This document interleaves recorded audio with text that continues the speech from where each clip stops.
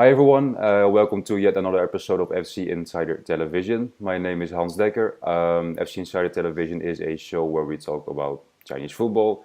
Today is a special episode as I'm joined by Mike Fox from Beijing. Mike, how are you doing? Hi mate, how's it going? I'm doing fine, thank you. So today is a special episode because we will be doing an exclusive preview on the Beijing Guoan versus Shanghai Shenhua game. Why is this game so special? What could you tell us about that game? Well, from a Chinese perspective, it's extremely important because really it's the two, let's say, most historically significant teams in China coming together. Certainly the two oldest teams in China, and certainly probably the two best supported teams in the entire country. When they face each other, it's called the China Derby. Obviously, they're nowhere near each other, but it's mainly the city rivalry that makes it so special. You know, when we think about Shanghai, it's what represents modern China, the financial sector, and things like that. And Beijing is very much the cultural heritage of China. Obviously, Beijing is extremely modern these days. It has very big modern aspects, but it still kept a lot of traditional heritage. So you've kind of got two different aspects of China coming together, and their fans see that more than anything, to be honest. There's a big north versus south divide, obviously, here. So yeah, it's significant on that kind of level, and it's always fun when the two sets of fans come together because they know how to support their team. Yeah, you bring up the fans. That's what I wanted to talk to you about as well, because both their fans, they're let's say kind of notorious for their behavior. The Shanghai Shenhua fans, we've seen them with the arrival of Carlos Tevez. We've seen them at the airport. Then the Beijing Guoan fans, like I said, they are notorious as well. What can we expect from that? You expect maybe there's going to be a bit of a clash of what can we No, expect? I don't think there's going to be any. First of all, I think it's always important to point out that in order for fans don't have to be violent to be passionate. I think German fans prove that very well, that you can be crazy without being violent. And that goes for the most part of Chinese fans. Yes, there's been episodes of violence here and there in the past, but for the most part, the entire thing is extremely well policed. And although this is an extremely important match for Beijing because it's the old school rivalry, as we call it, it's not Tianjin Taidao, which is the big one for Beijing, where we do see sparks of violence, where away fans are actually banned from travelling to each other's grounds. So Shenhua fans are still allowed to travel. And it's all about the vocal support. Yes, we see fans at the airport. We see them mobbing the stars when they come here. Very much, I mean, yeah. for Shanghai, definitely there is that club culture. They like the stars. They had Demba Ba before he had that unfortunate accident. I think he's on the road to recovery now. They have Tevez. In the past, they had Drogba as well. They had Anelka. They really love the star, and the Shanghai fans. Their support for their team. It's out of love, it's out of respect for the people who want to come and play, and they have some very good Chinese players as well. For Beijing, I always find it a bit different.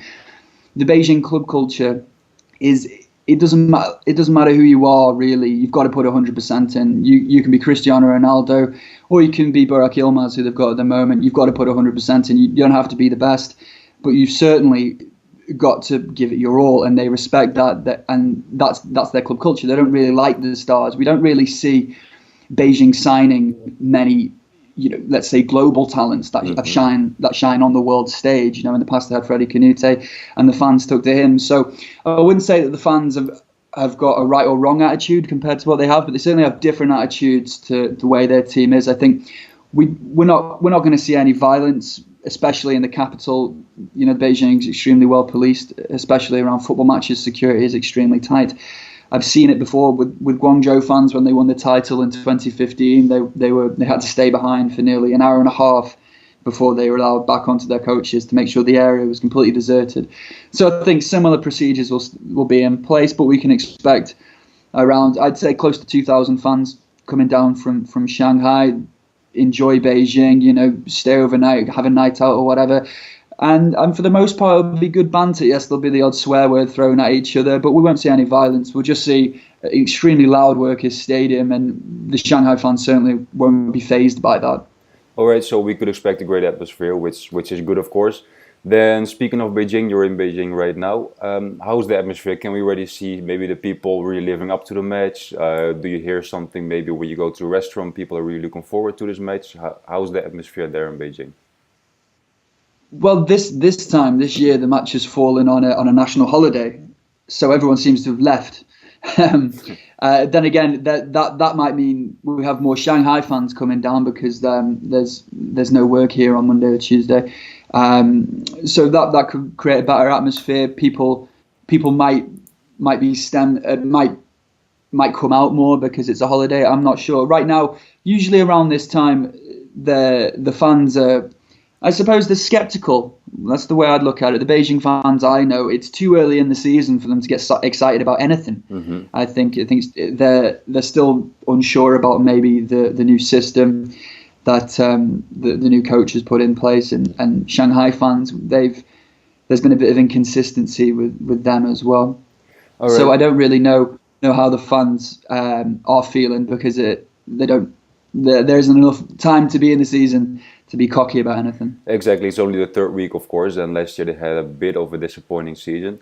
We already talked about him a little bit, Carlos Tevez. This will be his very first really big match in China. Of course, he is used to matches like this as he used to play for Boca Juniors, and I'm sure you've seen videos from those matches as well. How has he been doing so far the first 2 weeks, and do you think he can already be of importance for Shanghai Shenhua in this very first China derby? Well, he's been doing okay. I think he hasn't played badly.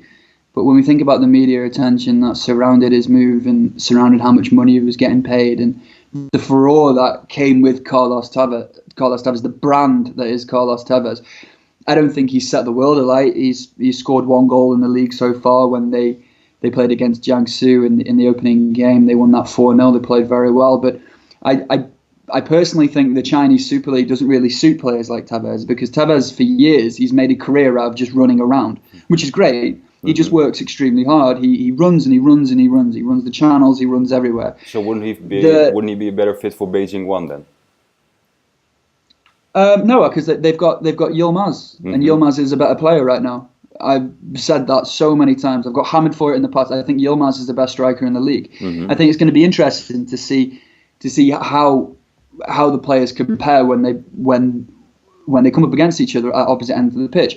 Beijing and Shanghai, a lot of the teams here, maybe not Guangzhou, but especially Beijing and Shanghai, adopt a similar system, which is it's a pressing game. You know, they haven't got the talent in the league to pack the midfield, so they literally just they pass out wide, they pass to death. It's almost like a long game of FIFA when your mate gets bored of you passing it around so much that he loses concentration.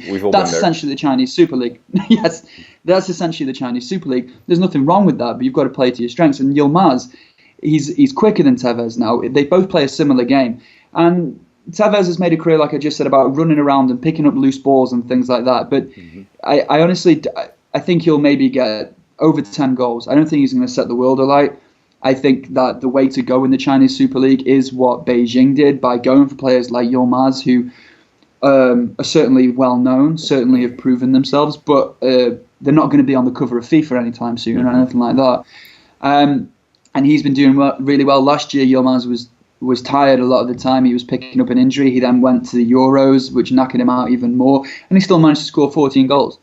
And this season he's already got 2 in 2. Granted, one was a penalty. So it'll be interesting to see. I think the real measure of Tevez will be in this match because you'll see a similar player to him in Yilmaz, in my opinion, doing a similar job in a similar system. And personally, I think Yilmaz is going to do a better job. All right, so those two will be the ones to watch for absolutely. sure. One to watch, absolutely. And he's not exactly a bargain then, Carlos Tevez, if... No, but there's nothing. But that's the thing, though. There's nothing wrong with that, and I've said it time and time again. There is nothing wrong because you can promote the game all you want in China. You can say we want a better quality of football, but to get the average man in the street interested in the Chinese Super League, you need to do something bold. You need to do something that's going to make headlines around the world. And signing people like Oscar and Tevez is going to do that. Just because I personally think that they might not be the value that Shanghai believe they are, doesn't mean it's not doing a job, because everyone in England now, everyone in Europe knows who Shanghai Shenhua are. They know who they are, whether it's for right or wrong reasons. They know who they are. Do as many people know who Beijing Guoan are?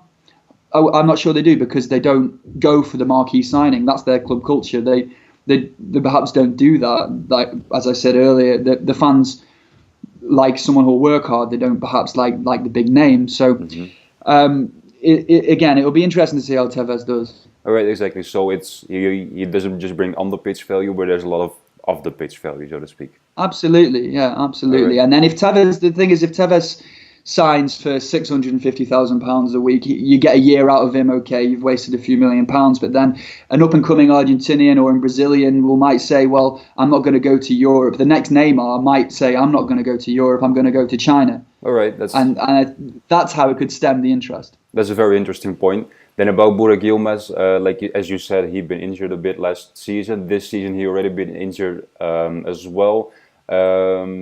Before he went to the World Cup qualification with Turkey, he actually went to Germany to have surgery done on a hernia.